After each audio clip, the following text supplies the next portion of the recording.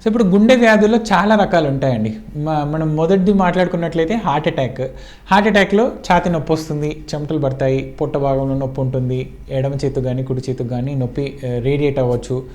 And కొందరికి especially ఫీమేల్స్లో diabetes ఉన్న వాళ్ళకి హార్ట్ అటాక్ లక్షణాలు ఇలా కాకుండా ఎటిపికల్ సిమ్టమ్స్ ఉంటాయి. అంటే ఈ ఛాతీ నొప్పి లేకుండా పొట్ట భాగంలో నొప్పి, కొంచెం గ్యాస్ నొప్పిలాగా అంటారు, పొట్ట భాగంలో నొప్పి, సింపుల్ వామిటింగ్, కొంచెం చాలా చెమటలు రావడం, ఇలాంటి సిమ్టమ్స్ కూడా ఎస్పెషల్లీ డయాబెటిక్స్లో ఫీమేల్స్లో 60 years పైబడ్డ ఫీమేల్స్లో ఇలా ఛాతీ నొప్పి లేకుండా ఇలాంటి చిన్న లక్షణాలు కూడా ఉండొచ్చు హార్ట్ అటాక్లో.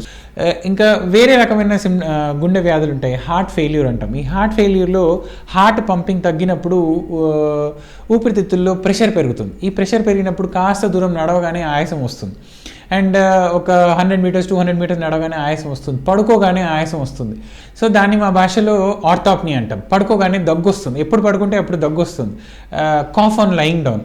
సో ఇవన్నీ సిమ్టమ్స్. సో కాళ్ళ వాపులు ఉంటాయి, కాస్త దూరం నడవగానే ఆయాసపడిపోతుంటారు, కాస్త దూరం నడవగానే వీక్నెస్ అంటారు. సో ఇవన్నీ these are all symptoms of heart failure. ఇంకా గుండె వ్యాధుల్లో ఇంకొక రకమైన వ్యాధి అరిథ్మియాస్ అంటాం. ఈ అరిథ్మియాస్లో హార్ట్ బీట్ ఎక్కువ కానీ తక్కువ కానీ అవ్వచ్చు. హార్ట్ బీట్ ఎక్కువ అయినప్పుడు గుండె దడ అంటాం, పాల్పిటేషన్స్ అంటాం. ఈ సిమ్టమ్స్తో కూడా మనకి చాలామంది ఓపీకి పేషెంట్స్ వస్తుంటారు. సో మా హార్ట్ బీట్ మాకే వినబడుతుంది డాక్టర్ గారు అని అడుగుతారు. స్కిప్డ్ బీట్స్ అంటారు. హార్ట్ బీట్ మధ్య మధ్యలో వాళ్ళ హార్ట్ బీట్ వాళ్ళకి వినపడ్డం. అరిథ్మియా అన్న వ్యాధి యొక్క సిమ్టమ్ ఈజ్ పాల్పిటేషన్స్.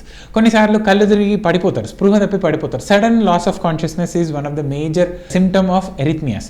సో గుండె దడతో పాటు కళ్ళు తిరిగి పడిపోవడం ఎప్పుడన్నా ఉన్నట్లయితే this is one of the warning sign for a serious arrhythmia.